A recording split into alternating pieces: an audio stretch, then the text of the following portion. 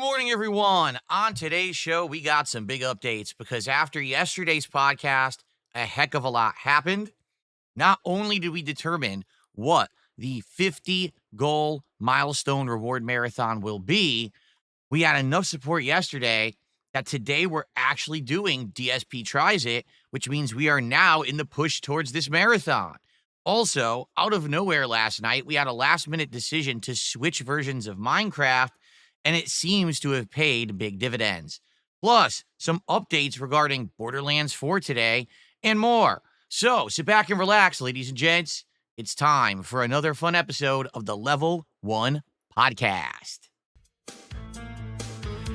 Get ready for some meaningful content, because the king is back, the king of the live stream, the king is back. Woo!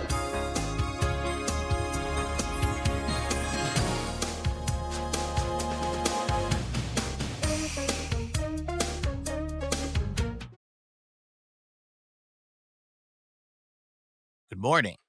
Welcome to the show, everyone. I'm DSP, and this is the Level 1 Podcast for Tuesday, the 29th of April, 2025. That's right. It's almost over. You can believe it. It feels like yesterday, April just began, and it was my birthday marathon celebration. And just like that, we're about to adjourn the month and head into an exciting month of new games and fun stuff here on the channel. So, today we got some big positive updates that obviously I'm happy to report to you, including having a rallying day yesterday of support because of so much awesomeness. We are now going to be doing DSP Tries It today at a unique restaurant. We're actually going to take a look at the menu together to see if we can figure out what it is that I want to order today and actually do as a DSP Tries It at the end of this very stream. Okay? But in addition to that, now we are in full swing towards the build of the marathon at 50 goals hit. Now that we are at 40 out of 50, as you can see right there, we have to set up this next Viewer's Choice event. If you weren't here yesterday, or if you didn't see the podcast, I don't blame you. I don't know what was up with YouTube yesterday, but for whatever reason, the podcast didn't go live until like 10:30 p.m. Normally, the podcast goes live right after my first stream. At the latest, it would be like maybe like 5, 6 p.m. It takes a little bit to like process. YouTube just sat on that podcast and didn't process it for ages and ages and ages. And it was pretty frustrating, to be honest. You know, that was a big one because we were announcing that the voting had taken place during the show. It was the marathon for Viewer's Choice that will be at 50 milestones hit, 50 goals hit at that 50 milestone is what I should have said. And we need people to nominate games. And by the way, you have in droves, if you're not aware, as of this morning, over 159 different posts and nominations have been made for this upcoming Viewer's Choice event. We'll take a look at some of those together today. I'm actually interested in what you guys are nominating for this event. For those who don't know, the way that the Viewer's Choice events work is pretty simple. You guys nominate and then later on vote on games.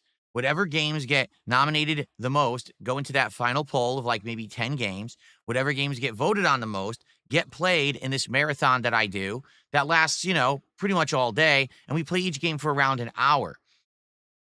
Based on that hour taste of each game, I determine if that's something that maybe is up my alley or something that you guys liked watching me play so we can figure out, is it something that I should do for a full playthrough or not in the future? And this has worked out very well in the past. Many times we've determined that a game that I had never heard of or a game that I really didn't have any knowledge of previous because I hadn't played any of them ends up being great. And then I end up doing playthroughs that work out. Sometimes I adopt entire franchises into my rotation as a result of testing out games during these Viewer's Choice marathons. So absolutely, positively, these are awesome. I'm glad that you guys voted this in as what you wanted to do for the marathon. Now, by the way, don't be disparaged because a lot of people were like, oh, man, that's great, but I was really hoping for a retro marathon where you'd go back to Mega Man, or I was hoping for, the Closet Festival event where we're going to do a big hangout session and we're going to see all the hats and vests again, nostalgic vibes because we haven't seen them in a long time. And some people, have wanted other things. It's all good. This has worked 4 straight months this year so far, where having these milestone tiered rewards and goals, really, it's probably the best idea that we had together. And I say that because it wasn't just my idea. It was an idea that we came up with together talking about it. And I want you to understand what that means to me. That because we have these awesome interactive streams where we hang out and we talk about ideas for improvement, we come up with these great ideas for successful events. I think everything we've done this year, right, has actually worked out really well. And I'm excited for more. So please keep the ideas coming. And I'm sure that we will have more new kinds of marathons and rewards, moving on this year. But for now, I'm really excited for this one. So now here's the deal. All contributions moving forward, all right, are going towards this marathon. When we hit 50 goals hit, we're doing the marathon. We can literally do it as early as you would like. If we hit the goals for this weekend, we'll do it this weekend. Because remember, my schedule is really different this week. I'm here all day today. I'm here all day tomorrow. But I'm not here Thursday, and I'm not here Friday. I come back on Saturday for a super long streaming week. Okay? I'll be here 7 straight days starting Saturday. So ideally, marathons do better on weekends because usually on a weekend, more people can show up. I would like to do the marathon on a weekend, but I have skepticism that we're going to be hitting, 10 goals by this weekend. Even if we hit a goal, all the streams between now and Sunday, that's only 6 goals. So unless, we get a big rallying of support, I don't think we're going to be doing the Viewer's Choice Marathon this weekend. We might have to figure out when's the most appropriate time to do it. Do we hold off to the next weekend to do it? Or do we actually do it in the middle of next week, but then chance that a lot of people can't make it because it's a weekday? I don't know. I guess we're going to have to talk about it, all right, and figure it out. Now, if you haven't noticed, links are appearing in both chats, both in the YouTube side chat and the Kick side chat. If you use the command !Viewer's Choice, or if you just wait every 20 minutes or so, a link will pop up. Please use that link to nominate games for the event. That is very important that you nominate games because we're going to have those tallied up over the next several days. And then probably I'll do a poll maybe like Saturday where you guys will vote on the most nominated games. So how do you nominate a game? You either respond to that thread and post up the name of the game, or if someone has already nominated the game you're interested in, just give it a thumbs up. Where's Jasper? I hear Jasper's bell jingling, but I don't see him anywhere. Oh, there you are. Were you hiding directly in front of me? He was hiding directly in front of me behind the laptop table. So I'm looking literally in every direction and I can't see him, but I'm hearing the bell jingling. And then I look right over and he's peeking. Okay. So yeah, you can either post up in the thread or you can like of a nomination someone else has already done. Okay. And I'm going to use that to tally up nominations, probably, like I said, on Saturday, and then probably do the poll, and you guys will be able to vote. And the most voted on games will be the ones that we play during the marathon. Typically, I play around 4 games because that way I can play each one around an hour. That also gives me time to do an opening intro or podcast, gives me time to eat a meal, Also, keep in mind during my marathons, yes, there's booze for every $100 that I raise of support in a marathon. I usually take a shot, and I'll probably have some flavored shots and things. I have to, during my days off, I have to get some stuff.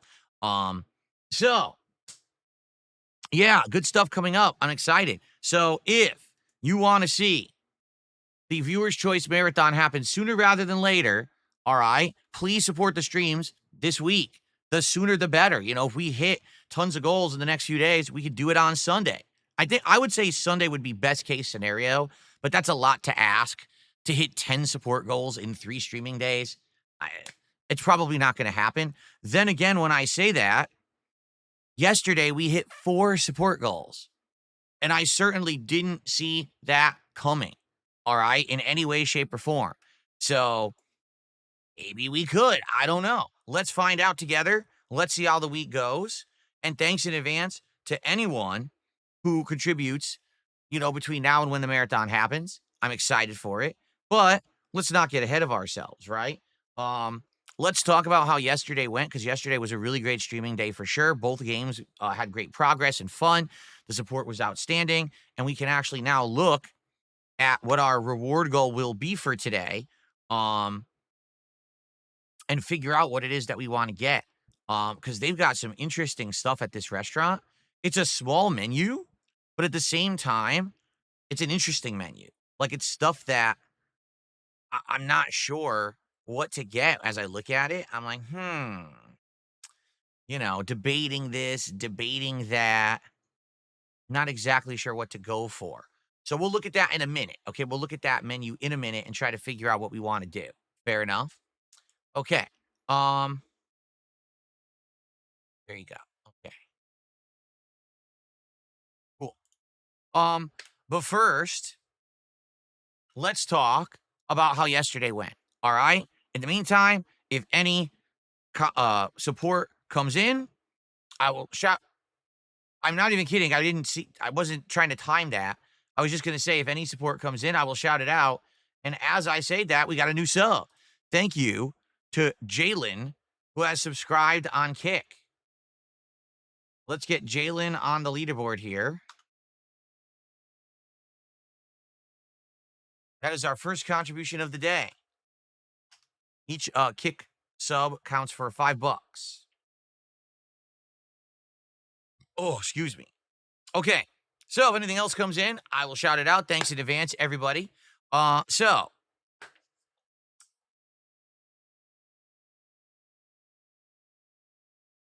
hold on one second.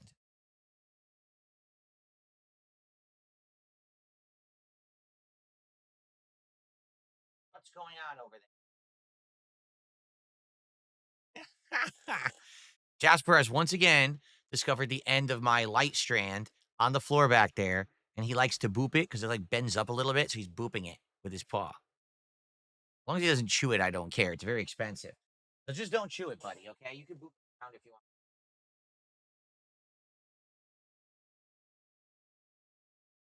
Jasper, want to jump up here? Jump on the chair. Everyone wants to see you. What do you mean I froze? Oh, there was dropped frames. There was a tiny amount of dropped frames on the stream, so I must have momentarily froze and unfroze. Sorry about that.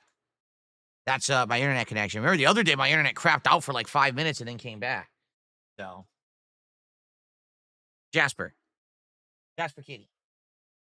Every time you say his name, his tail goes like this. Woo! If you say Jasper and he recognizes the name, it's just what? Woo! It's funny as heck. Jasper, what are you doing back there, Jasper?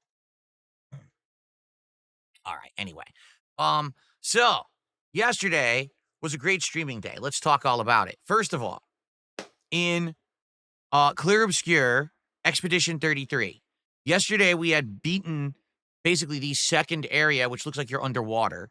And after doing that, we had headed into a whole new open overworld area. And this area had all kinds of content. There was optional boss fight that was really tough. There was an actual enemy arena where you fight a gauntlet of challengers in one-on-one battles. There was another optional thing that we had done that allowed you to do like a little side quest. And there was a platforming challenge area. Of all things, you would think it's an RPG. Why would there be platforming? There was an actual platforming challenge. So after having done all of that content, it pretty much took up the entirety of the stream, like 2.5 hours, but it was very fun. One of the boss fights was a giant pink sheep, and it was incredibly tough because it had insane amounts of health. It hit for pretty much instant death every time it hit you. You basically had to learn to perfect parrying in this fight to win the fight. It took over 15 minutes to beat this boss. Now, you might say, man, that's excessive. That's so grindy. Well, I think back to games such as Lost Odyssey or Final Fantasy 13, okay? Because in those games, this kind of thing was very commonplace. Like, very, very commonplace. Remember, Final Fantasy 13 had like half an hour boss fights. Lost Odyssey was actually the same, okay?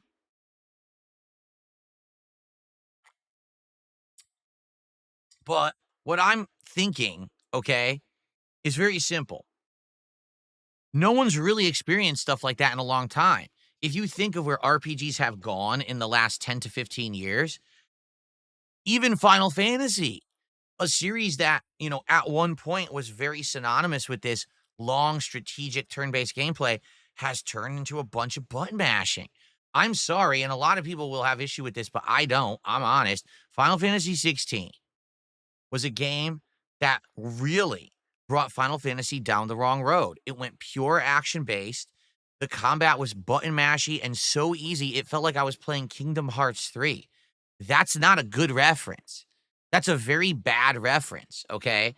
People like RPGs like that, but that's not the audience that Final Fantasy has. Final Fantasy has a different kind of audience. This game, Clair Obscur, is absolutely for the old school JRPG fan. This game is for you, okay? For sure. This is what it's looking for, all right? So, if that's what you liked, if you liked Final Fantasy X, right? If you like that style, this game is absolutely for you, and I'm liking it more and more the more that I play it. Really, like the more I'm seeing, wow, they're adding an interesting side content that's different, but now there's a giant optional boss fight that requires really precise parrying and stuff. It's cool. It's actually really nice. It's challenging. It's fun.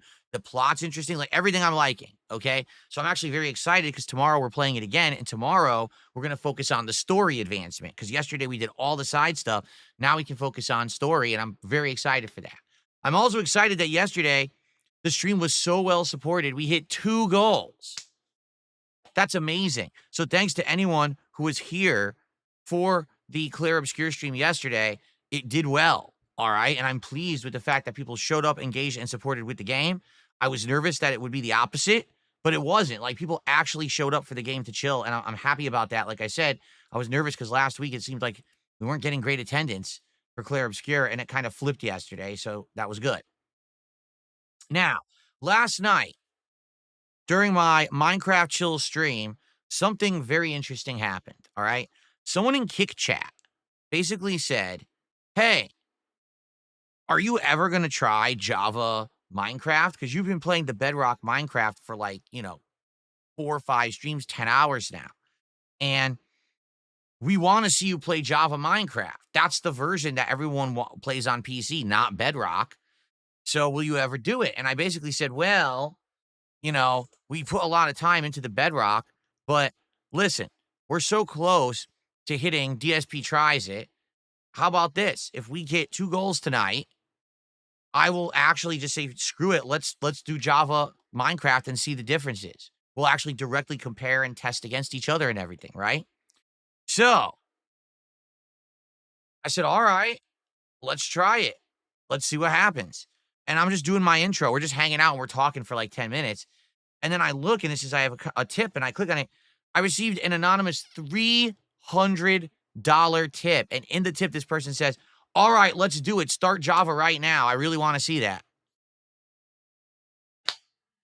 So just like that, boom, we start Java Minecraft. And my direct comparisons are as follows. Java Minecraft runs better than Bedrock Minecraft, period. There's no ifs, ands, or buts about it. I was able to boot that sucker up at 4K resolution. I was able to up the graphics to the maximum settings. I was able to increase the draw distance. Well, I guess they don't call it draw distance. They call it something else, right? But I also increased the spawn distance. I increased everything. And it ran beautifully. I had 0 stuttering, 0 frame rate drops, 0 issues. So what's the deal with Bedrock? Why did Bedrock immediately give me problems and we had to mess with the settings? And you know what I mean? It was actually kind of frustrating in that regard. Now, there's definitely some distinct differences. For example, you have to play on mouse and keyboard, which I wasn't ready for. So here I was trying to play it like this and my arms were getting tired. I didn't have my desk adjusted. When I play Call of Duty on mouse and keyboard, I pull the desk much closer to me and I'm in a more comfortable ergonomic position. In this case, I wasn't because it was an on-the-fly thing. And then on top of having to use mouse and keyboard, there's other distinct differences. Like you can't have your coordinates on screen at all times. I guess that's a thing you have to do. Like you have to mod the game to do that. Um, but I definitely lucked out and I spawned in a much better biome, right? Didn't I spawn in like just the standard starter biome? Isn't it called like the savanna or whatever? So there were trees, there was, plentiful wood to build. There was also tons of animals. So now I'm going to be able to not only get food from those animals, but to actually, create a whole yard full of them fenced in, basically my own farm when you think about it, right? My barnyard. Um, but in addition to that, there was already minerals and elements. Already there was cobblestone, there was coal, all the essentials that you need was like right there. But then right to the next side of me was a different biome. And up there were the cherry trees. I'm pretty sure right to the corner of my viewing, you could see a village. So I'll be able to head up there and interact with some villagers. There was a different biome that looked like a beach in another direction. So basically, this is going to be pretty cool. All right. Like I'm excited because this is a much better start than last time around with the Bedrock Minecraft. For those who don't know, I think I started in what they call like the Badlands or whatever. And even though the Badlands is good for finding minerals like what is it? The redstone and diamond. It's actually quite hard to just find the basic minerals that you need, like iron, which is like, what the hell? That's like the starter mineral you need, and you can't find any of it. It's very frustrating. Okay. So basically, in a 2-hour stream, I built myself a decent sized house. I set up torches all around it. Okay. I started cooking. I started crafting, and now I'm basically set up. So next stream, I can set up a dock where I can fish and eat regularly from. Then I'm going to build, a fencing and try to recruit a lot of these animals that are really local and make my own kind of farm barnyard or whatever you want to call, so I can have them start to reproduce and have that be part of my setup. Um, and then after that, whatever we want to do next, like we could think about what's the next essential thing. Do I want to start mining and look for iron and stuff so I can start, make a bucket and do the other essential things, setting up a farm? We can figure it out. But basically, it looks a lot better this run than it was on Bedrock. Okay. And people loved it. And we had a great interactive time. People in general were like, we're very happy you did this. Bedrock was kind of frustrating, and that start was very frustrating. So I'm happy to do it. We had a great time, and I'm looking forward to more Minecraft next week. Remember, next week is the extended week. So likely we'll be able to do 2 Minecraft streams next week over the course of the week. Okay. Cool.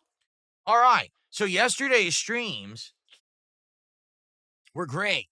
Absolutely great. And I had a great time with them. All right. So thank you for that. Now, before we get talking about the schedule for the week and all that, I have a couple shout outs to do. So first off, we have Declan Black did a 5 Australian super chat, I believe. And I forget the Australian conversion rate. I haven't done it in a bit. Let me take a look here. It says A to USD, and I think that's Australian.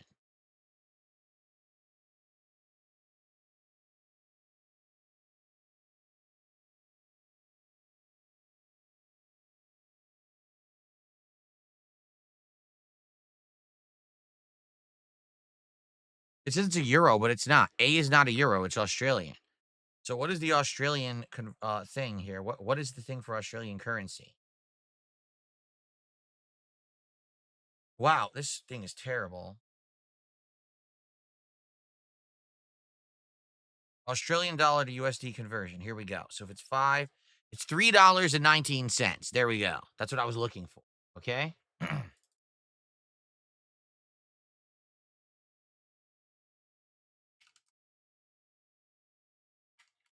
So this came in as I was doing the intro to the show, FYI. And so this is from Declan Black, and Declan says, "Hey Phil, I've been catching up on your playthroughs, and I'm really enjoying all of them. I sent you an email. I was hoping that you could check it out when you get a chance." So when I saw that, I checked my emails. I don't have one. I even checked my spam. I still didn't see it. So Declan, if you're watching this, I recommend you resend me the email to darksidephil@hotmail.com. And that way I will check in the next 24 hours. And even if it hits my spam, hopefully I see it. Sadly, a lot of stuff hit my spam filter, but I didn't see an email from you. Okay. And then we had Mr. Papavera with a $2 super chat. He says, I got my cheese wheel and my Argonian blood wine snacks for today. Awesome. Well, that's good news because today is the continuation of Oblivion Remastered. So those are very appropriate snacks for today's first stream, which we're going to talk about in just a second, actually. We'll go through the schedule, for the next few days so you guys know what's going on.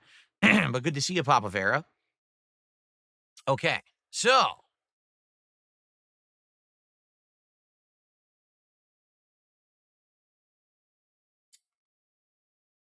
thank you very much for all the early support. We're at $10. So here's the deal. As I've stated, all right, we are now making a push for the marathon. The ideal state for the marathon would be to do it this weekend, but that would entail hitting 10 goals within 6 streams. 2 streams today, 2 streams tomorrow. I'm off Thursday and Friday, 2 streams Saturday. We're not even guaranteed that we're going to be hitting the goals every stream. So let's see what happens. Worst case, it's okay if we can do the marathon maybe middle of next week, but I know that typically marathons do better on weekends. People always ask me to do a marathon on a weekend, okay? So I guess we'll see how things go and go from there, but hey, if you want to see the viewer's choice, please support the streams. I appreciate that.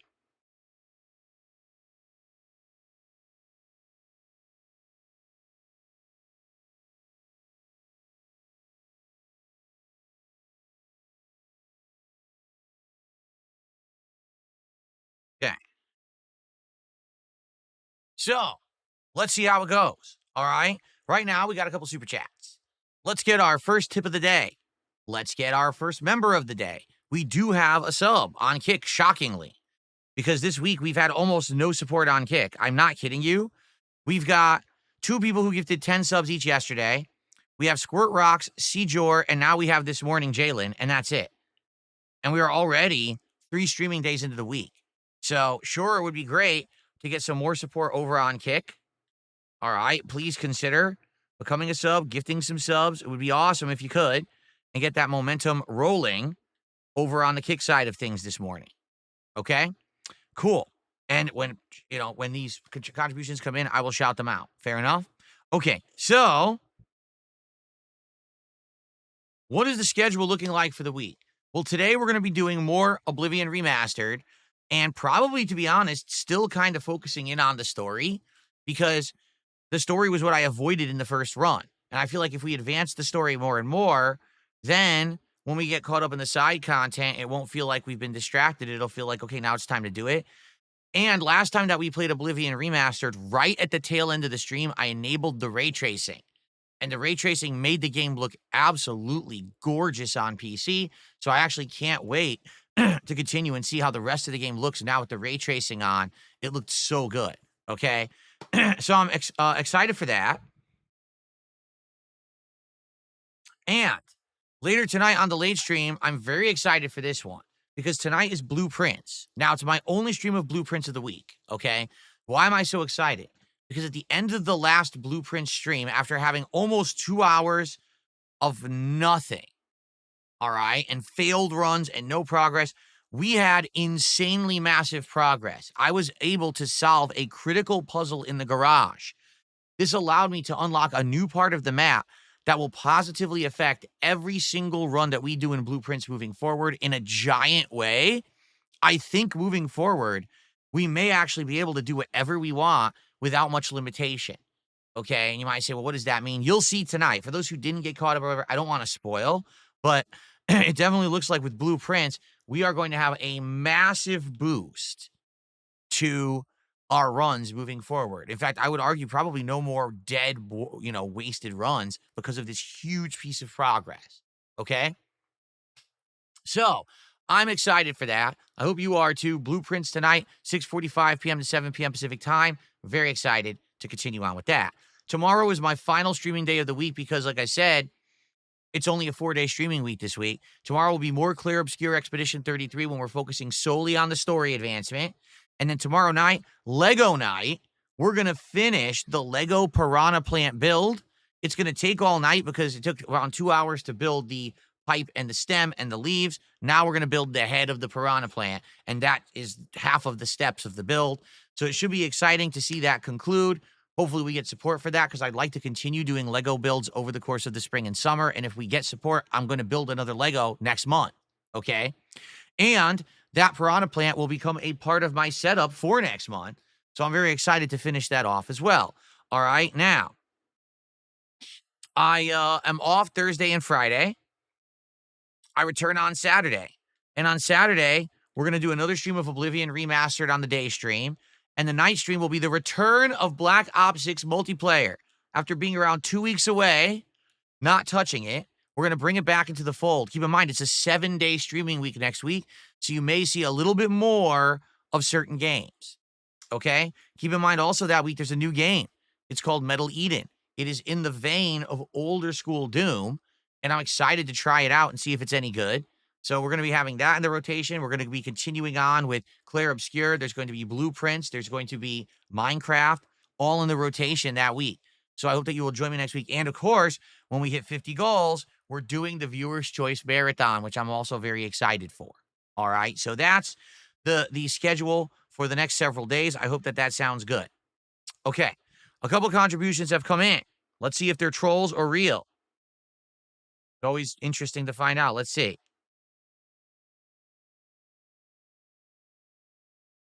The first is a troll, so I ignored them. The second tip.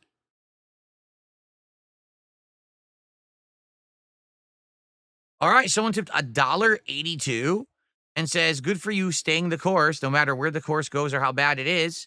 Yeah. Right now the course is good. Right now we have no problems. Right now things are going well. The games we're playing are fun and interesting and varied. The streams are going smoothly. Things are going nice both on Kick and on YouTube. And the support is great. So, 0 complaints from me. Good course, right? Okay. Why don't I count troll tips?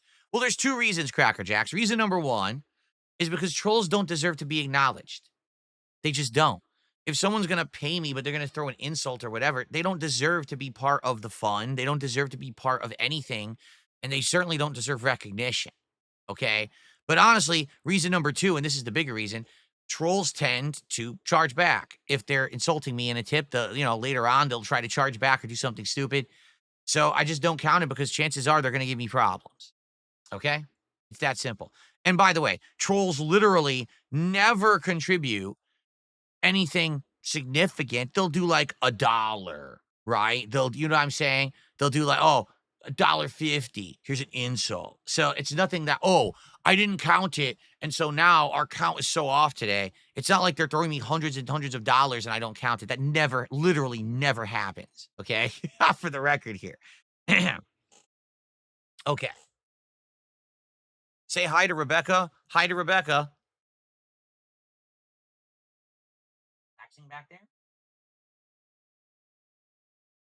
Oh, don't bite me. I was trying to pet you. He's laying behind me on top of part of my LED light strip. Probably warm, right? Probably feels warm. He loves warm things. Remember, he used to lay next to the consoles when I was using consoles constantly. He would lay next to the consoles. Now he's probably sad because I don't play on console anymore, so there's nothing warm to lay next to over there. Okay. Toasty Chestnuts, how's it going, man? How about this? How's everyone doing today? What's on everyone's mind? I'm just curious. We have a few more things to talk about. We're going to talk about the Salty Blue menu, a little bit about Borderlands 4. How's everyone doing today? Did I see Metal Eden has now been delayed? What? It did? When did it get delayed? It was in the schedule as of just a couple days ago.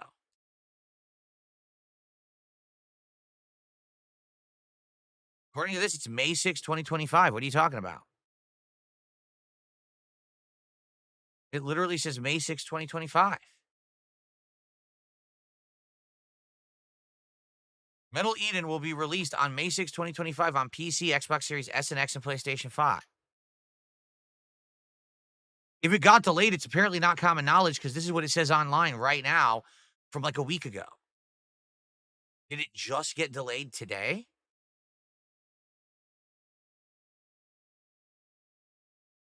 They even released a demo on April 8th. So what are we talking about?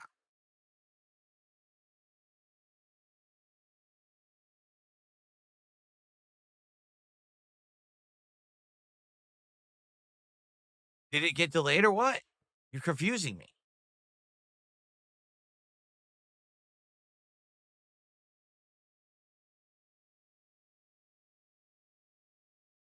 Yeah, I get you know what? This is bizarre.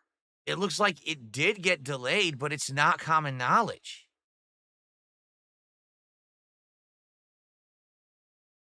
This is weird.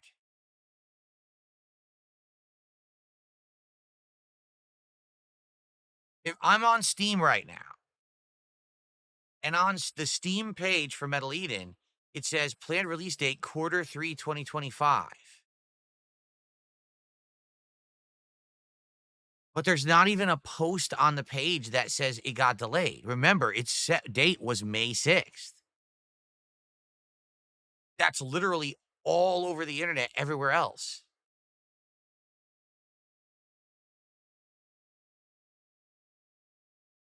Dude, I'm on Metal Eden's Twitter page, their own Twitter page, and it says, "Will be released on May 6th, 2025." So, I'm gonna tend to believe it's going to be, May 6th. Alright? Just saying. No, wait. Metal Eden, April 17th. Hi, everyone. We decided to move the release of Metal Eden to summer 2025. After going through the feedback from the demo, we saw some clear areas where we can improve. We're taking a bit more time to refine the game and make sure it delivers the experience we're aiming for. Your input has been a big part of that process. We know delays aren't ideal and we appreciate your patience. So let me get this straight. On April 17th, they delayed the game, but they didn't update the date anywhere. Even on their Twitter header, it still says May 6th. And then on Steam, they changed it and it says fall. This is a mess. So I guess we don't get Metal Eden next week then. That sucks. All right. Well, I'm glad that you told me it's actually not Q3. According to this, they're saying summer. All right. All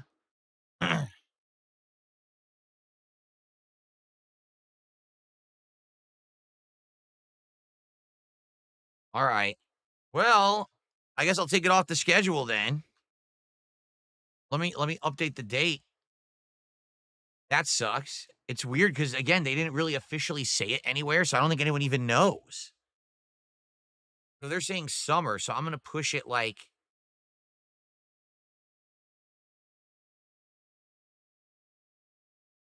I'm gonna push it to like the middle of like late June, early July in my schedule here. All right, so that means the first major game coming out in May is Doom: The Dark Ages, and that's gonna be on the 13th. Okay, so that's fine. That gives us time to focus on the things we're doing to get further in Clair Obscure. You know,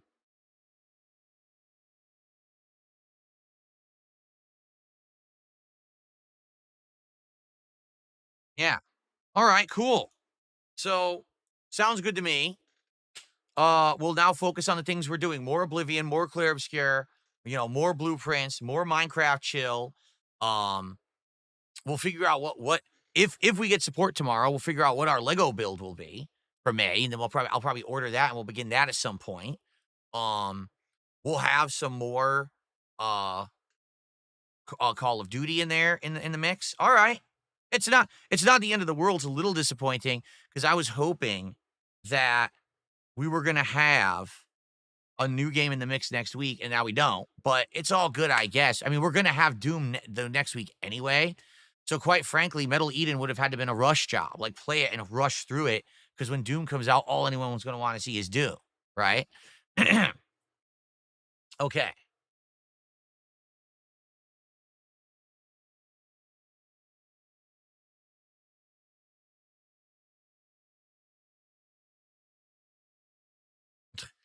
Someone sent me $2 and has a million questions about a cat. Just listen to this. Any advice about being a cat dad? Any stories to share? I'm nervous about raising one. What is a boop? Do you believe cats have a temperament they're born with? Do you think that they're temperament? All right. When you tip me, I want you to understand something. This is not 20 questions. This is meant to be an interactive stream, right? Like, if you just want to hear some general stories about Jasper, whatever, it's not, hey, I tipped you $2. Here's 17 questions to answer. No, no. Okay. All right. I will summarize and generalize as much as I can for brevity so we can keep the show moving. Um, I had never owned a cat before Jasper. I didn't know what it was like to own a cat.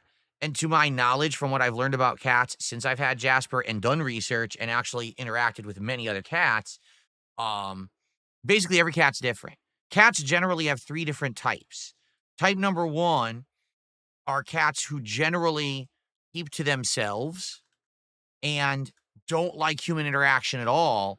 They're kind of loners, okay? Type number two are cats that are incredibly antisocial and want nothing whatsoever to do with humans. So they're kind of like aggressive. And then cat type number three is kind of the polar opposite, where the cat absolutely loves humans, wants to be social all the time, wants to be a part of everything that the humans involved in. All right. And there's variations between. For example, there may be a cat that doesn't generally like to spend a lot of time with humans, but will still interact, will still live in the same house. You know, you can feed them, pet them from time to time, but then they want to go off and do their own thing. There's other cats that just don't like humans and want nothing to do with them. Just leave me alone. Right. Jasper is the opposite. He wants to be part of the party at all times. When my wife and I are doing something, he wants to be there with us.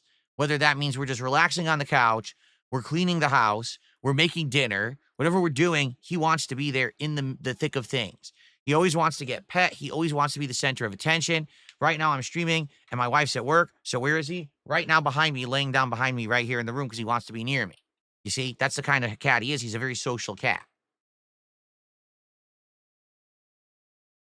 So every cat is different, you know, and it may take a while to figure that out. When my wife and I were looking for cats to adopt, some shelters already have predetermined the personality type of the cat, and they'll say it's blue, pink, or green. Blue is the kind of cat that likes to stay to itself but can have human interaction. Pink is, oh, it's aggressive, doesn't like humans. And green is super duper comfy, casual, social, wants to always be a part of the party. All right.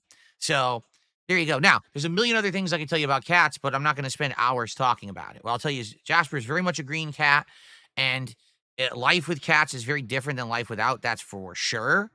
But at the same time, he's been an awesome part of the family and a great addition to our lives. So there you go. Okay.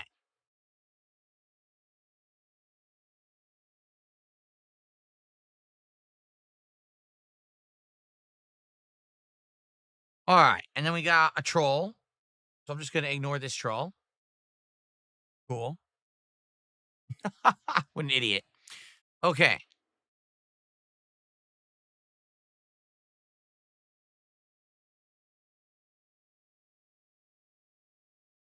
No, the rule in general is this. This is an interactive podcast. It's meant to be, you want to talk with me, we can have a little back and forth, but I'm going to contribute $1 or $2 and I'm going to send you 17 questions. I'm not going to sit here for 2 hours and, and just talk to you.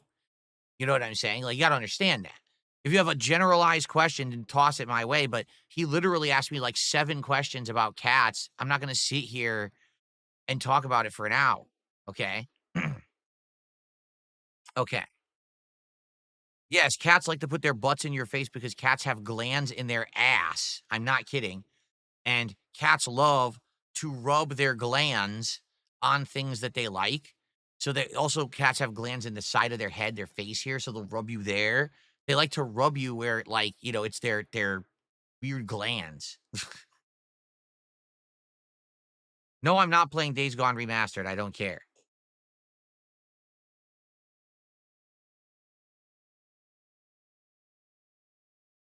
Okay.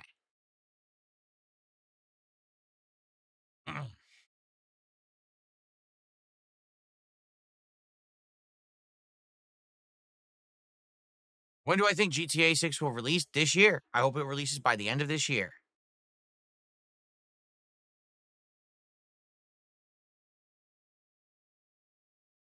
Kane did a $5 super chat. He says, I understand it's fair.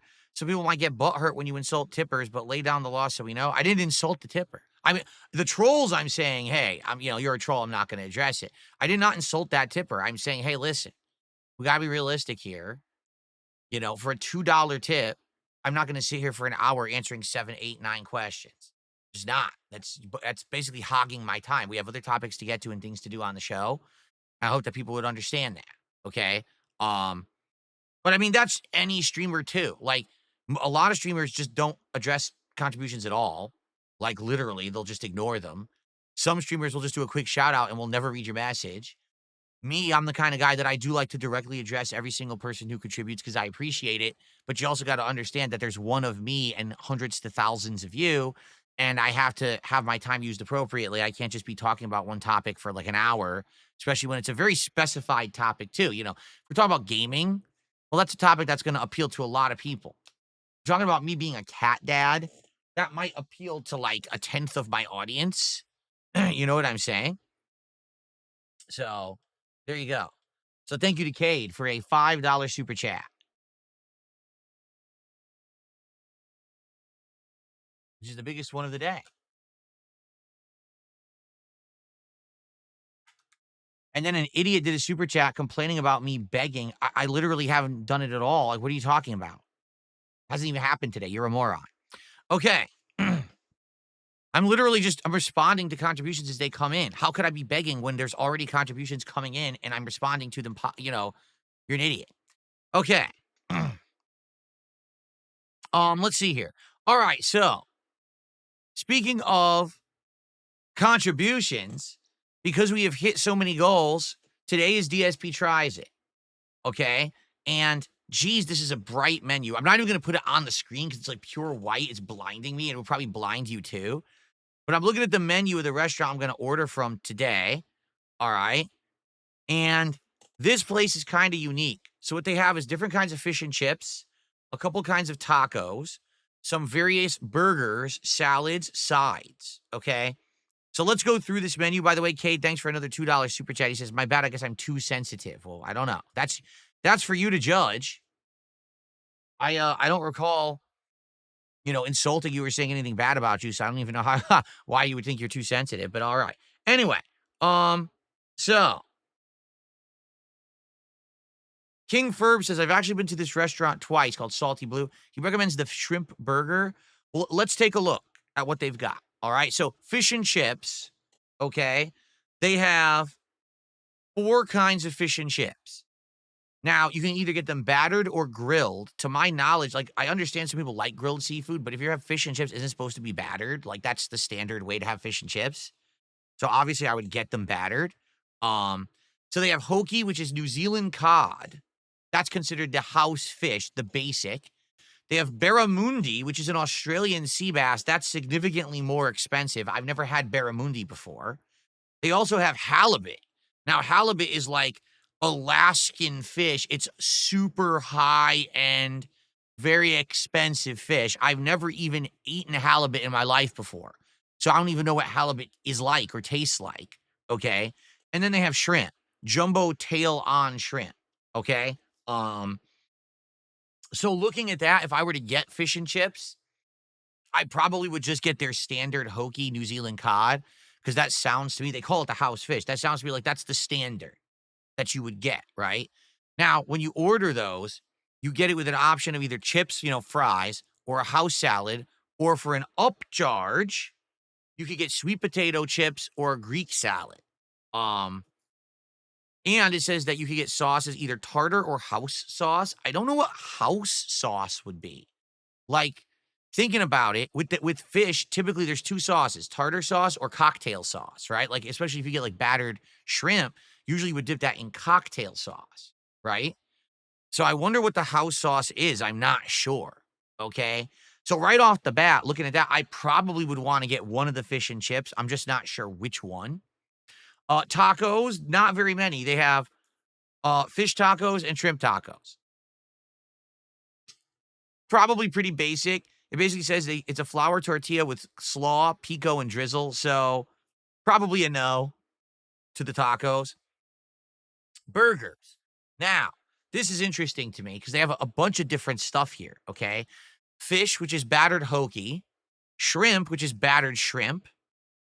Chicken schnitzel burger. I have never had a schnitzel before. And I'm curious if schnitzel is good. I've heard good things about it, but I've never tried it before. The chicken schnitzel burger is a panko breaded chicken breast with pickles, cheddar, and mayo. That could be pretty good.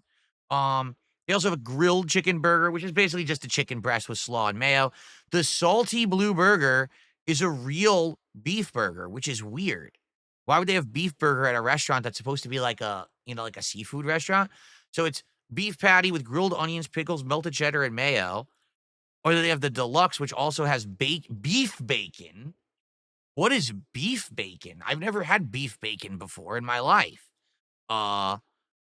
Onions, tomato, greens, melted cheddar, garlic, mayo. So they just add more to it, okay? They have salads. I'm not going to buy a salad today, for the record. And then they have extra bites, which is basically like sides. So you get their chips, you get their sweet potato chips, you get potato cakes. Since it's an Aussie specialty, a sliced potato that's battered. Chowder. They actually have a halibut and hoagie chowder, which has potato, dill, thyme, and spice served with a side of oyster crackers. That might be pretty good, their chowder. Calamari, which is crumbed rings. They don't do the tentacles. See, I like the tentacles and the rings when they mix them. They're just doing the rings, though. Chicken strips. Don't think I'm going to be getting chicken strips. Just a side of grilled chicken breast. And pineapple fritters, which is battered and dusted with a cinnamon sugar. That could be interesting. So what I'm thinking, all right, I'm thinking to get an order of one of the fish and chips. But which one, I don't know. Do I really want to pay tons of extra money for like barramundi and halibut? I think I just want to kind of try their hoagie, their standard New Zealand cod fish and chips, right? I think that would make more sense.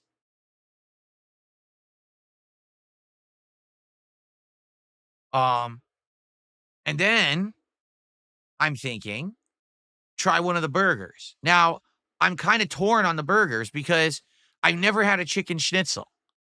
And that sounds really good, that chicken schnitzel. But now King Ferbs has recommended their shrimp burger, which is battered shrimp with slaw, cheddar, and tartar sauce. So both sound good.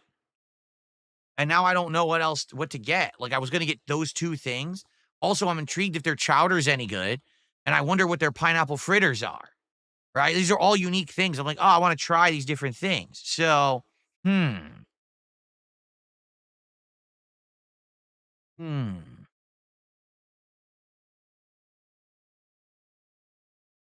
think I'm going to lock in and say, I'm going to get a hoagie fish and chips. I think it just makes sense. Get a hoagie fish and chips with tartar sauce. That's a lock. My question is with the burger, what do I want to get? I would say either the shrimp or the chicken schnitzel. Both could be good. I love shrimp, but I've never had chicken schnitzel, and I've always wanted to try a schnitzel. The word schnitzel sounds unique and silly.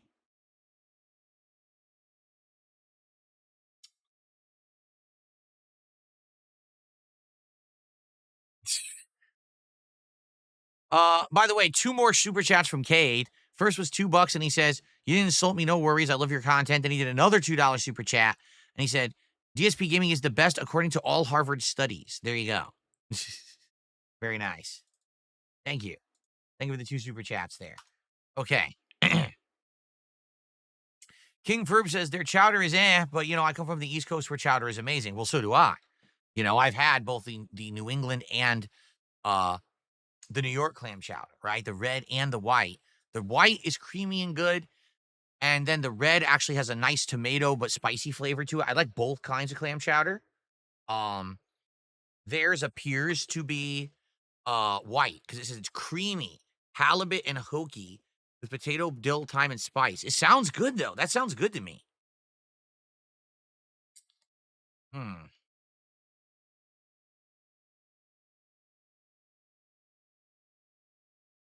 I'm also intrigued by the pineapple fritters. I may just order those, and then my wife and I can each try them to see what they are. It says battered and dusted with cinnamon sugar. So what is it? Pineapple with like almost like a donut? That sounds good. Like a dessert. Hmm.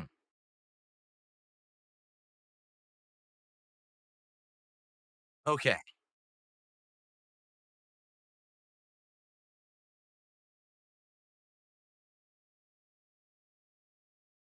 All right. Well, I think what we'll do, I'm definitely getting the Hokey fish and chips. And then I got to decide. I haven't decided on which burger to get, if I should get the shrimp burger or the chicken schnitzel burger. I'll get one. Maybe I'll get a bowl of chowder to try, and maybe I'll get the pineapple fritters. I'll think about it. Okay, cool. The only other thing I have to talk about today before we kind of go to open Q&A relaxing here, Borderlands 4 has had an update this morning. Borderlands 4 is changing the date of release, okay? So basically, Borderlands 4 originally was going to come out around the end of September, but apparently they're pushing the release up to September 12th. Why? I'm not sure.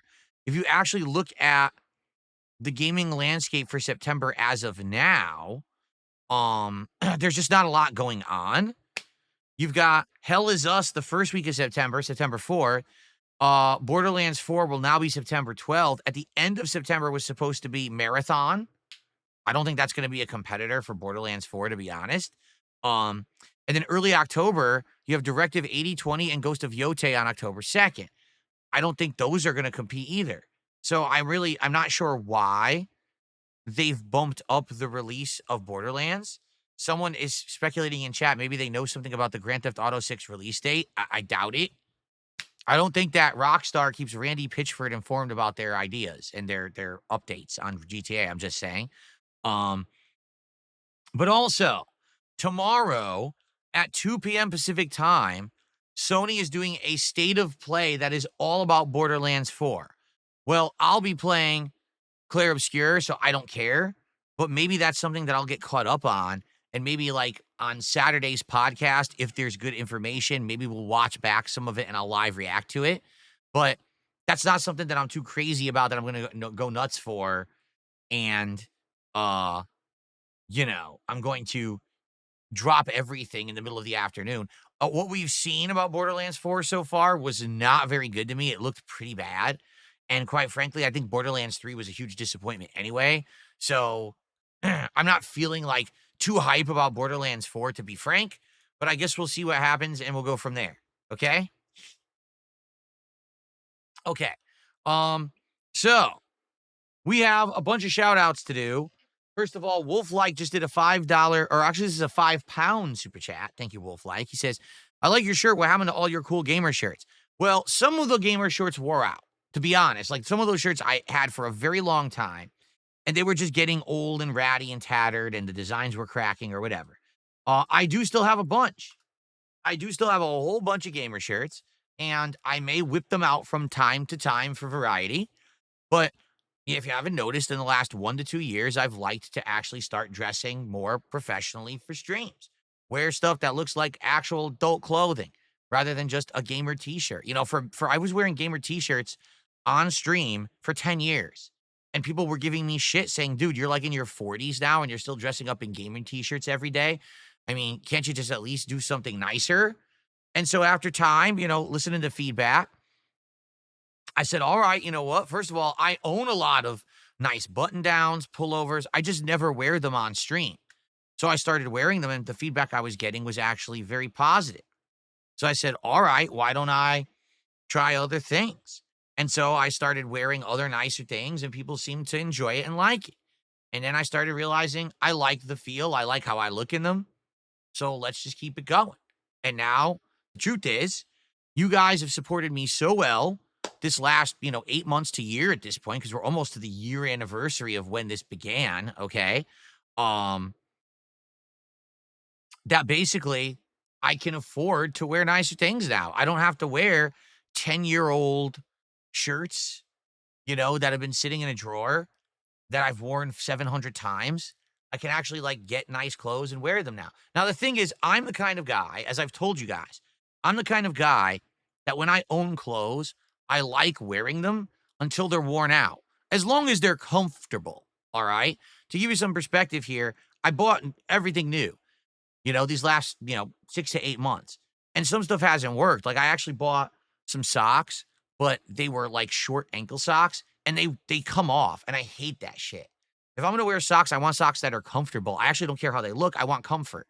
And they were like bothering me and slipping off. I'm like, well, I guess I'm just not gonna wear those anymore. That sucks. And I barely worn them. I'll probably donate them or something. Okay, like Goodwill or whatever. But I've basically updated my wardrobe in every capacity, and I'm very comfortable now in all the clothes that I'm wearing. And I can wear this stuff on stream. I can wear it on a day off. I can wear it whenever I want because it's normal clothing. As opposed to before, I'm not going to wear gamer shirts all the time. You really think I wore a gamer shirt when I was out with my wife on my day off? I don't think so. So, there you have it. I still have the gamer shirts. From time to time, I could pull them out, but I prefer to wear nicer clothes now. I'm older. I think I look better this way. I think it makes more sense. It's more, when you see a thumbnail with DSP and a catchy shirt, a shirt that stands out versus, oh, it's just like a generic ratty Mega Man shirt that he's been wearing for 13 years. I think one appeals more than the other. More photogenic, more colorful, pops, right? There you go. But there's some I've saved. I have a lot of shirts that I've saved that, again, for example, when we're doing themed stuff, like let's say we're doing Nintendo stuff, maybe I'll bust out the Mario shirt. If we're playing a Sonic game, maybe I'll bust out the Sonic shirt. I did bust out the wrestling shirts when I was doing Smart Guys. And if I'm doing something new with Street Fighter, maybe I'll wear a Street Fighter shirt, right? Makes sense. And that's cool that I have the ability to do that. And then it feels special because I'm doing it differently instead of just being every day. Okay. Continuing on.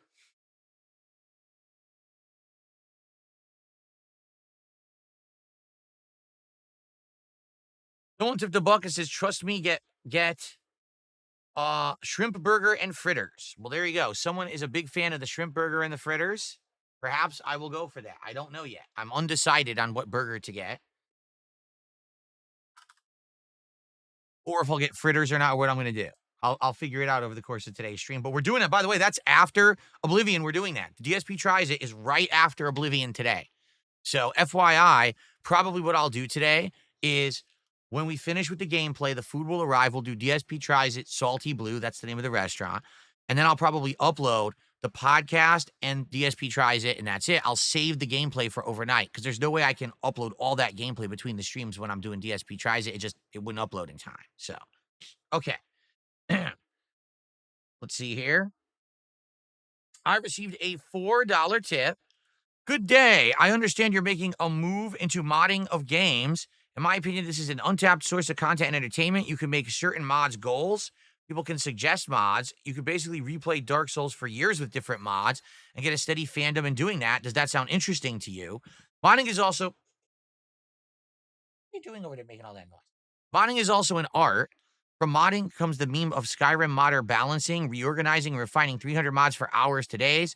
Because it's fan-supported, you can lose hundreds of hours of playthroughs, spend hours to days fixing busted games. It might be a lucrative adventure into a whole new world. Yes, now that I have a gaming PC, I can mod.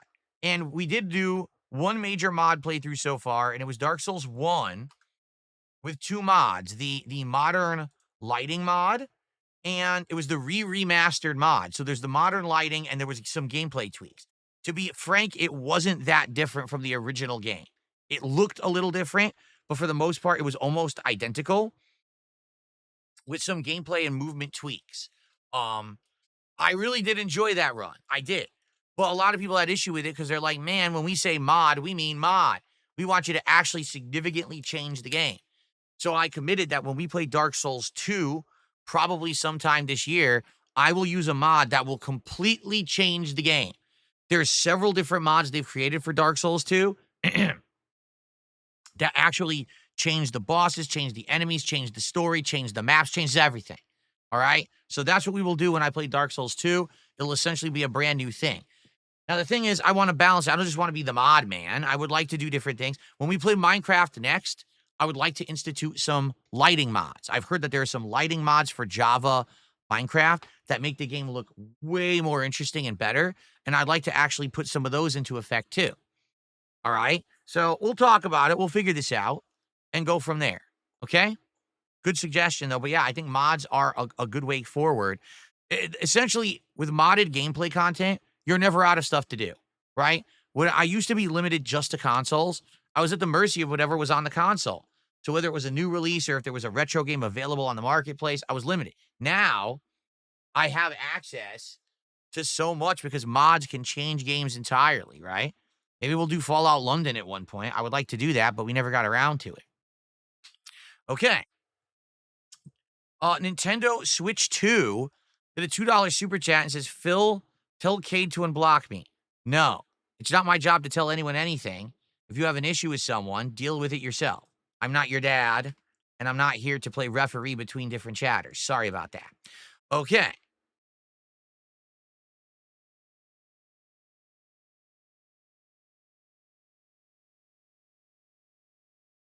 I got a $2 tip. Someone says, DSP, I've noticed you haven't tried a lot of cuisines or dishes until recently. Was it because you were stuck in the same food as a kid? Was there simply not a lot of variety in Connecticut? When I was growing up in Connecticut, there was a few different foods that were prominent. Okay, number one, Italian food.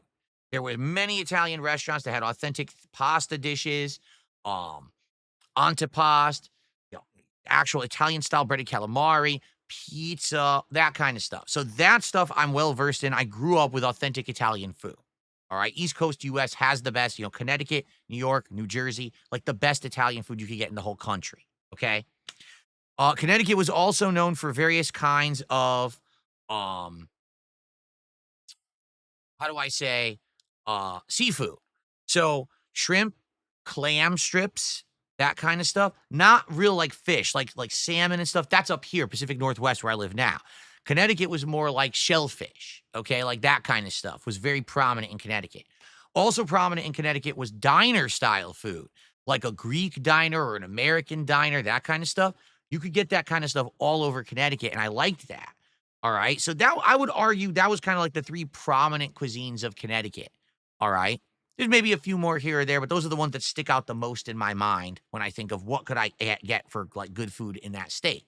Um, Now, were there other things? Yes, but honestly, it didn't really branch out until I was getting older. Like right about the time when I was going to move, like the early 2010s, all of a sudden I started noticing sushi restaurants, hibachi restaurants, that kind of stuff started to move in and become more prominent in Connecticut. Okay. But it was like around the tail end of when I lived there. So I did actually start to eat things such as sushi and the like when I was there. When I moved to Washington 11 years ago, my eyes were open because out here, there is an insanely huge, heavy concentration of Asian population and Asian cuisine. There's also a lot of Middle Eastern, Mediterranean. So I started having things like Indian food, um, Thai food, uh, Vietnamese food like pho, which I never had before. Um, that kind of stuff. And that opened my eyes to different cuisines and things that I never actually tried before. Um, so to be honest, yes, when I moved out here, it was kind of like a culture shock. Out here, guess what they don't really have? European food at all. There's like no authentic Italian, no authentic French, no authentic anything just recently that restaurant moved into my area that does British meat pies. Outside of that, there was like nothing. You know what I mean? So it really was a big twist and a big change. So there you go. I hope that answers your question. All right. And also, to be honest, okay, with the return of DSP Tries It over the fall, this has allowed me to now have a reason to try other cuisines, right? When DSP Tries It was defunct, I only ate out once a week with my wife, and we tended to kind of eat the kind of stuff that we just liked, right? But now I'm trying all kinds of new stuff as a result of this show and this series, and it's actually interesting because I'm trying new things that I like, a lot of things I don't like, right? Okay. So what happened? People were tagging me and asking stuff, and I missed it. Hold on.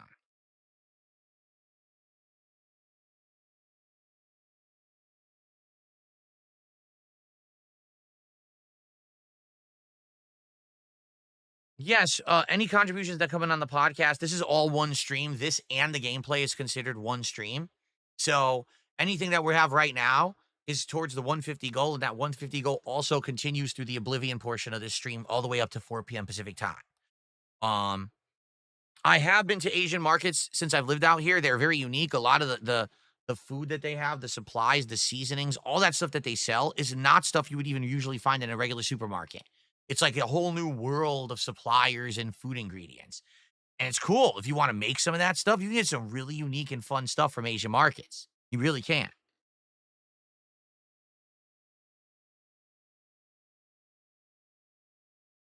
Based Alpha Real, I guess you're deaf.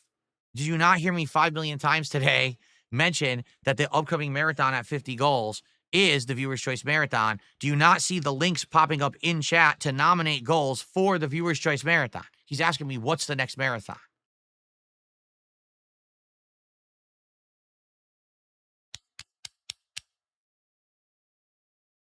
Okay. Okay. All right, guys, we got some extra time. A little bit of extra time here. What would you guys like to talk about? Tag me in the chat. All right. And let's get some topics rolling for the end of the show. By the way, so far we got some super chats. So far we got some tips. We got one sub today. One legit new sub. Let's get some gifted sub support over on Kick. And let's get some memberships on YouTube. We didn't get any memberships on YouTube yet today. Let's get some stuff rolling in that regard. Let's get that momentum going. Let's get to at least $50 of support before we start the gameplay. We're at 38. We're almost there. Let's get to it, okay?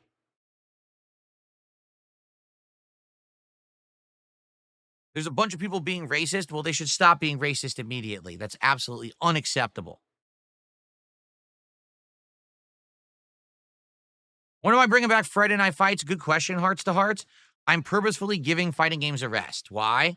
Street Fighter 6 is played out, really isn't offering anything interesting or new. Every time I play it, it's exactly the same. It's boring. It's tryhards. It's just annoying.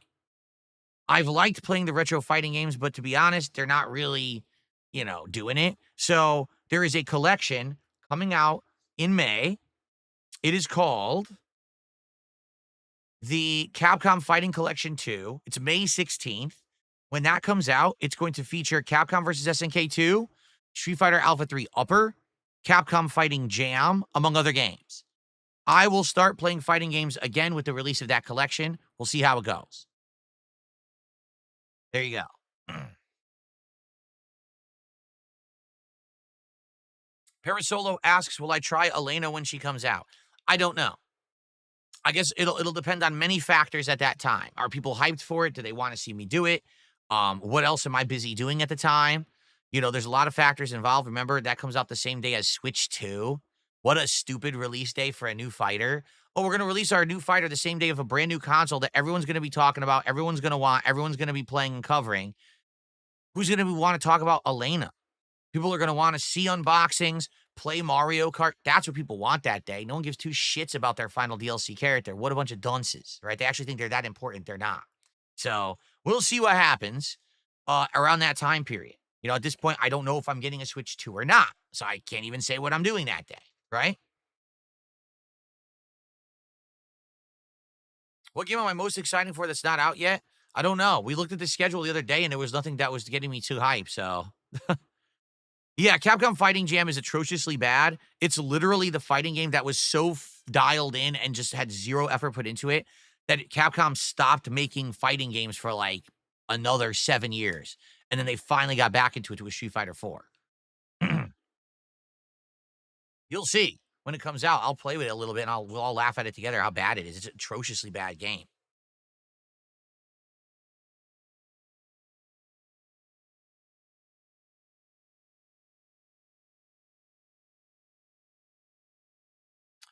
I received a $2.22 tip.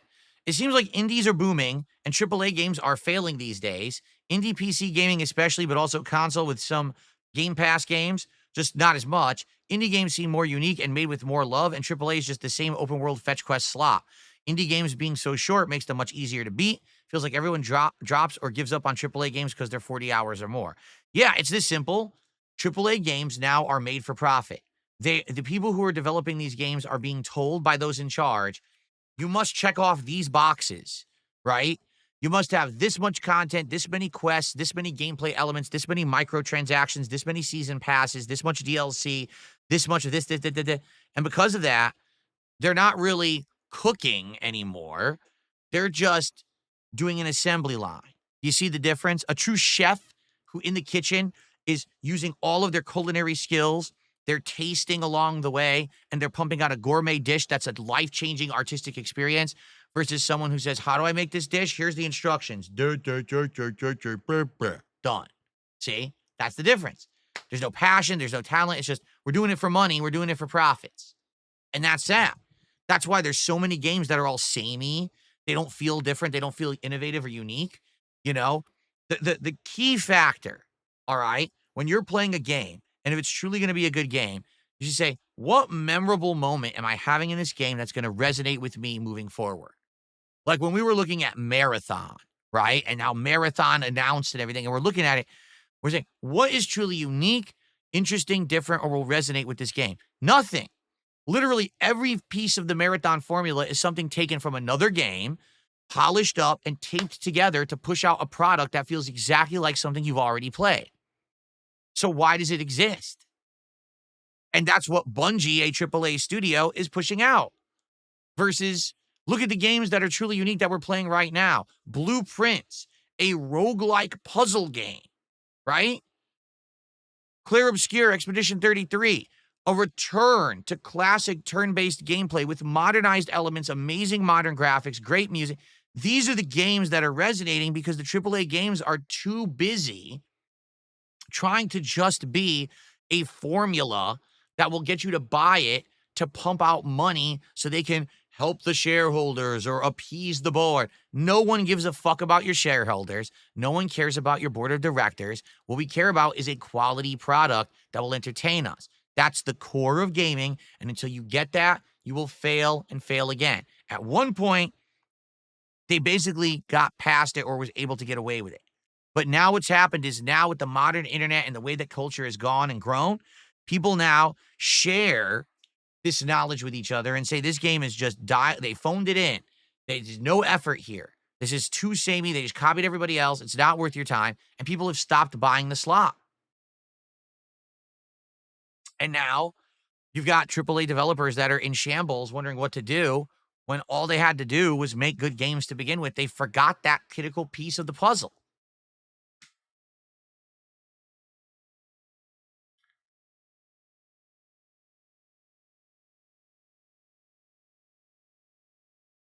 Think of it this way, too. The same things happen with TV and stuff like that. Do you remember when The Walking Dead first came out? Or when the first season of Game of Thrones was out? And how unique and interesting and good that sounded? And then all of a sudden, you're on season 42 of The Walking Dead and the 17th spin-off show. Or you're in the final 2 seasons of Game of Thrones and you're like, oh God, this is still going? What? This plot is awful. You see? They lose their originality. They lose their ability to make something creative and artistic. And instead, it's just continuing for profits. And that's when it falls off and people don't like it anymore. That's the difference. I can't believe, literally cannot believe that people will still watch Walking Dead content in 2025. And aren't there like 3 Walking Dead shows on TV right now? Isn't there like regular Walking Dead, Fear the Walking Dead, Watch the Walking Dead, Blow the Walking Dead, you know. Wait, what are these shows? Why are you watching that? And by the way, in any of these shows, we're like 15 years later from when Walking Dead started. Why? Did they ever explain in any of these shows what actually caused the zombies? What actually caused the infestation, the whatever it is? Or is it just about the drama, the fucking drama? I bet they've never explained a goddamn thing. They never bothered because that would take actual intelligence and creativity to pull it off, as opposed to just repeating drama. That's easy, you see?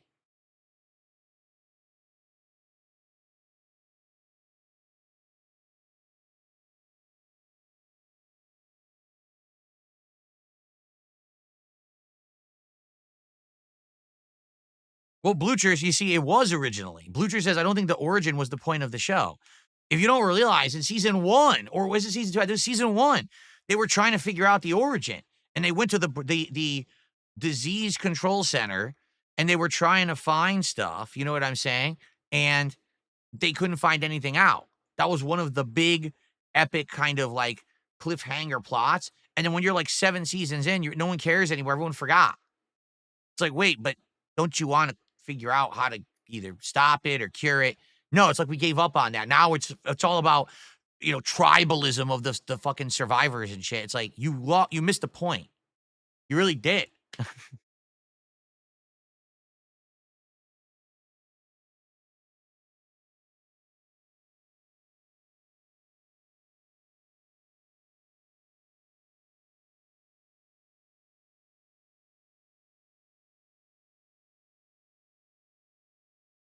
All right, so guys, a few more minutes before we conclude here. Now remember, we're trying to get momentum. We're trying to get goals hit so we can do the Viewer's Choice Marathon as soon as possible. I would love to do it this Sunday. Like, that would be my stretch goal right now. Can we get 10 goals between now and Sunday? Because then we could do the 50-goal marathon Viewer's Choice on Sunday. It would be perfect timing for it. More people would be able to attend. I'd be able to have liquor and food and everything ready for it. We'd be able to play a variety of games. It gives you enough time to nominate, and then you could vote. But we need to get some momentum going. All right, we only have today, tomorrow, and Saturday to hit 10 goals. Right now, we're at $40. Let's get that to 140 right now. Who's going to drop 20 gifted subs over on Kick? Who's going to gift $100 in a super chat? Who's going to do it right now so we can get to 140 and hit our first goal? Let's hit the first goal before we even start with gameplay. Then we can hit a second goal during Oblivion. Let's do it right now.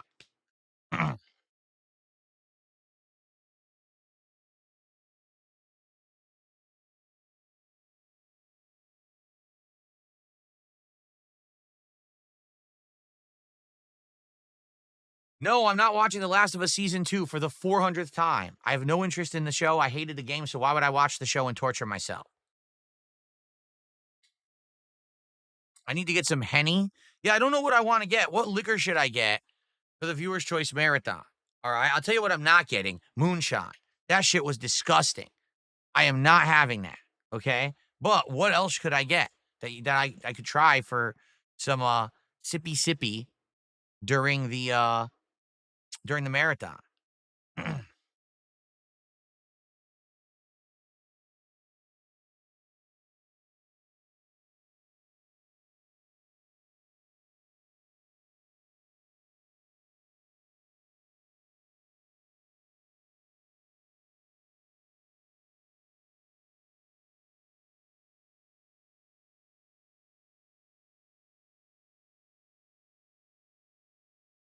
151 rum?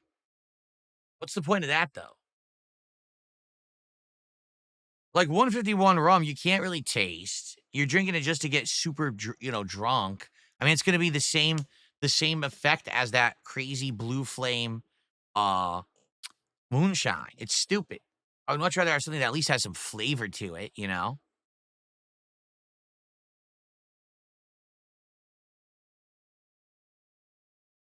Rumplemans. I used to drink Rumplemans a long time ago.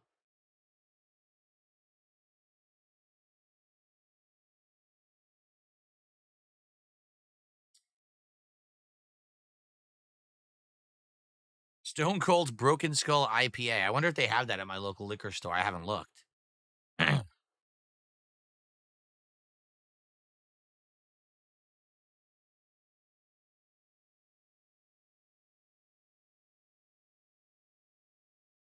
The Rock has tequila, does he? I know Hogan has beer. I haven't tried that. I have no desire to.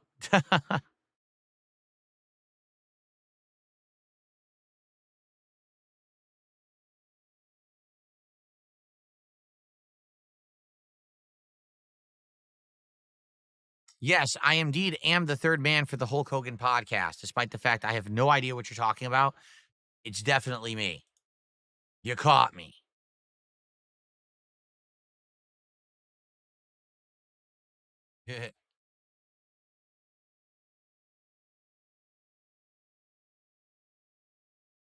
Yeah, me too. I would love to see a remastered GTA 4 or maybe a GTA 4 with tons of mods that makes it look modern on PC. That'd be kind of neat.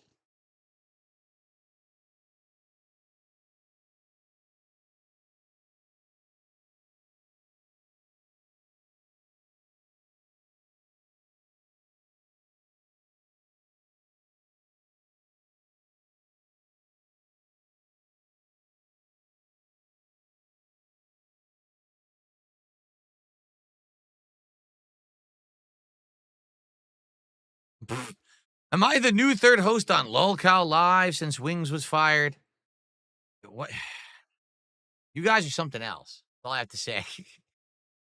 How many times have I told you guys over and over that if something's going to happen, you'll hear it from me. And until you ever hear anything from me, nothing you hear is true, right? All the time, someone says they're going to appear on your show. They say you're going to appear on their show. They say you're going to be a host. You're going to do this. And it's all bullshit. It's continuous nonsense. And you know that, right? Earlier this year, I was told, oh, someone said you're going to appear on this show and that show. Really? Did I? Did it happen? Or are y'all just gullible? Like, for real.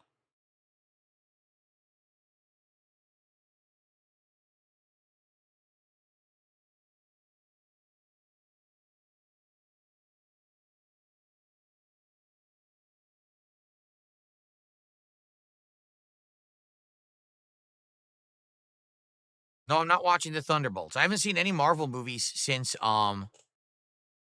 what? Since Avengers Endgame? That's the last Marvel movie I saw. And then the only Marvel content I saw after that was WandaVision. That's it. I don't think I saw a single thing past WandaVision. That's it.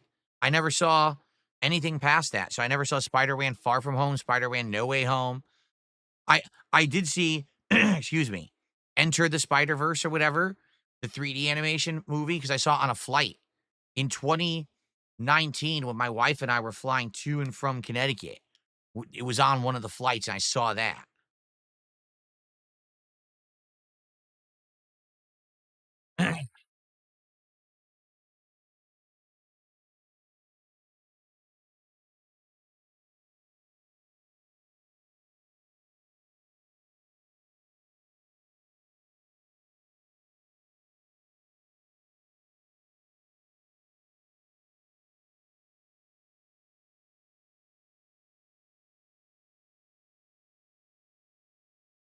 Exactly right. Bonos Temo says, Keem already said he wants a host that will fly out to places and do reality show style streams, and DSP isn't going to do that. You're absolutely right. You have to understand that I'm at a point in my life, all right? I'm in my mid 40s. Well, about to be. I'm at 43, so I'm almost in my mid 40s, right? I'm happily married. I have a lot of responsibilities at home. I maintain a household along with my wife. I don't have the flexibility to be flying all over the country doing in-person fat camp stunts and things like that. You know what I'm saying? Like, I just don't. I'm a guy who, like, if you want to do content with me, I'm more than happy to do content from my professional setup right here in my office and broadcast it over the internet. I'm not going to be doing crazy travel. I'm not going to be doing in-person pranks and stunts. I'm too old for that shit. I'm not only do I have no interest in it, I have too many responsibilities here that I can't just abandon to go do that kind of stuff. I'm not saying that I don't think that people would like it. I mean, just to give you a perfect example, all right, as some of the wild, weird shit with people on the internet. When Mike Klum and I were talking about doing a documentary, okay, one of the segments that he 100% was adamant about doing, okay, was he wanted to have a day with Phil. And what he wanted to do, he wanted to follow me around and see what I did on a day. And I said, well, on an average day, it's boring. I get up and I have my breakfast. I'm streaming all day. Like, that's going to be a super boring thing. He goes, so what we want to do is we want to have a day that's like not you streaming. So what would you do on a day off? I was like, so you want to follow me to the grocery store? Yeah. You want to follow me to the grocery store and watch me shop for groceries. Yes, this would be fascinating content. Why? What are you talking about? Like, huh? You wanna watch me go to the pet store and buy, like, litter and look at animals in the pet store for yes. What? I don't get it. 1,000,000% confused. I didn't understand it. But he was insistent this is the kind of content people would wanna see, to see that you're a real person and to see that you do things off of I was like, "Yes, I'm a real person. Do you think I'm a fucking robot with a mask on? I do normal things. I act like a normal dude, just like everybody else on Earth. Just that I don't broadcast my private life doesn't mean that there is none."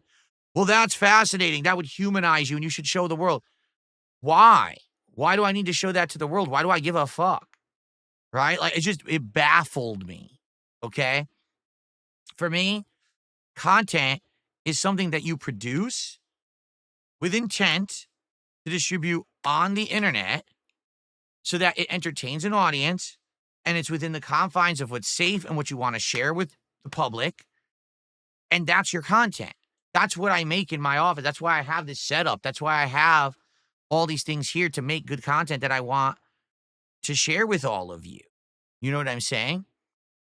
Why in the holy hell does it matter where I go and how I grocery shop? Why do you even need to see that? Isn't that considered intrusive to like someone's life that you want to be like? How bizarre is that? So I'm so fascinated with Darkside Phil, an internet gamer and content creator, that I want to go see him, you know, go to the dump and throw bags of trash into the dump. What? I think that says more about these weirdo viewers on the internet than me.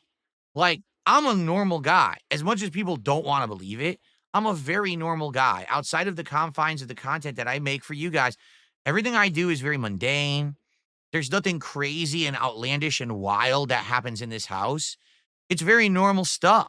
After I stream, I walk downstairs. My wife's making dinner. We have a dinner together. We clean up. We sit on the couch, talk about our days, watch some TV, have a coffee, right?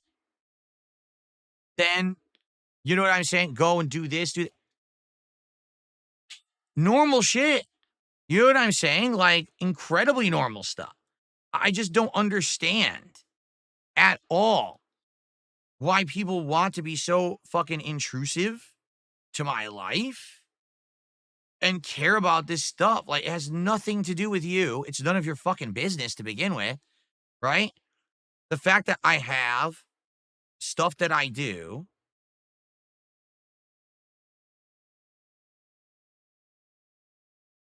that you are not a part of is a good thing. The fact that you're not able to be intrusive to every part of my life, the fact that I have a separation between my private life and my public life is good. It's one of the major problems that I had in my life is that I didn't have that separation for a very long time. It took me a while to determine that separation because I was oversharing and I was showing everything that I was doing in my fairly mundane life. Okay. Um, this is just bizarre to me, you know? So, oh, well, Phil, we'd like you to be a part of this show, but then you got to fly out and you got to be a part of this stunt and you got to do this and you got to do that. No. My end all be all of my life is no longer going to be the content I put on the internet. Do you guys understand that? Like, I'm happily married. I have a really good private life that has nothing to do with what we're doing here. And that should be acceptable to everyone. And you should respect that. It shouldn't be, oh, well, you're not willing to do things. You're not willing to do this risk or this. No, I'm just not willing to sacrifice the good life that I have to act like I'm a 20-year-old who doesn't have that life, who has no responsibilities, who could just drop anything on a whim and run out the door and act like a jackass for personal profits on the internet. I don't care. I don't. I don't have that desire to be the most prominent internet jackass and have everyone talk about me on a daily basis. What's the next stunt Phil's gonna pull? What's the next crazy thing Phil's gonna appear in? I no. It doesn't appeal to me at all. It's stupid. All right? But maybe that's because I'm just so different from these other internet content creators who are just so hungry for this internet fame and shit, right? I really do feel like there's a lot of people out there who are frustrated with me because I essentially have so much reach and pull, but I don't do anything with it, right?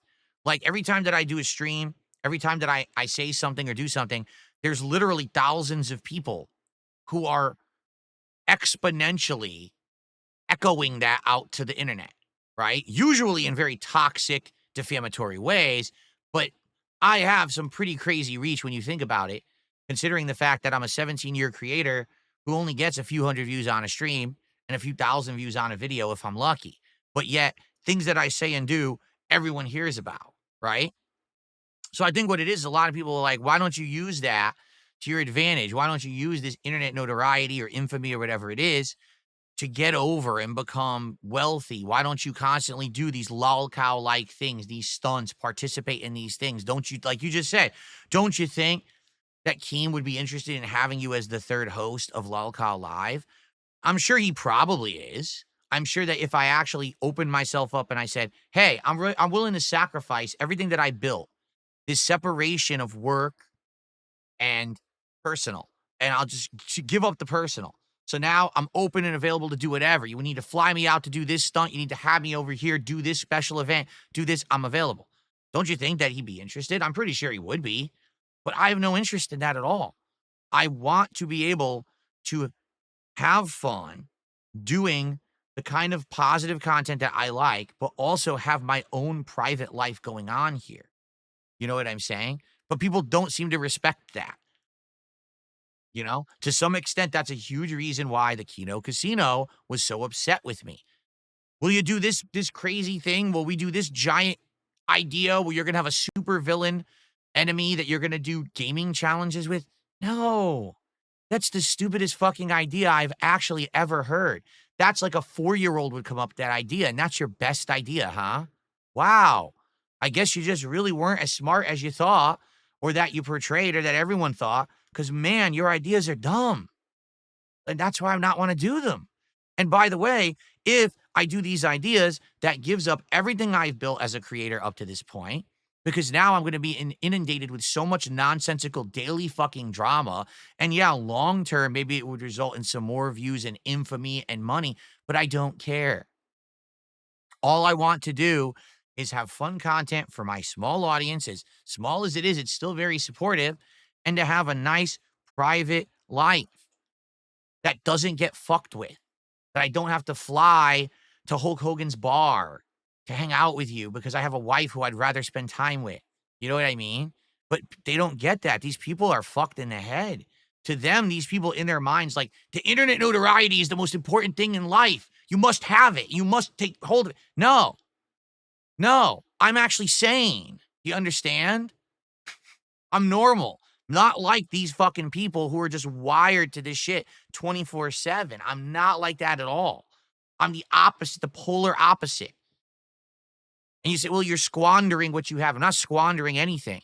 I'm actually showing the way to normal people of how to conduct yourself in life, to not be an asshole, to not be fucked, to not give everything up and sacrifice every piece of self-respect or normalcy in your life for private gains or personal, oh, I'm rich now. Who cares if you're rich if you're an asshole? So no, I'm not going to be doing this kind of stunt stuff. So that's what you say. Are you going to be the third host on LolCow Live? No, I'm not. Never. Absolutely not. You know the realm of the qualifications of what it would be, something that I'd be willing to do. I'm not going to change my life, sacrifice my life for this short-term nonsense game. It's just stupid. It's fucking dumb.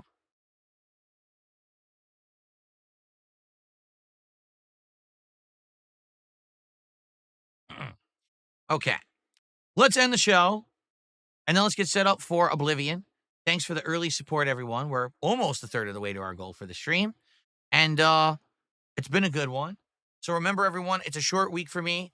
I'm only one more day of streaming until my break. But then I come back and have a super duper long week next week. Good stuff today. I hope that tomorrow we'll be able to talk about how great Oblivion and Blueprints were, and also hopefully how good DSP tries it is today. I guess we'll see. Thank you so much for watching, and I will see you all on Wednesday. Peace out.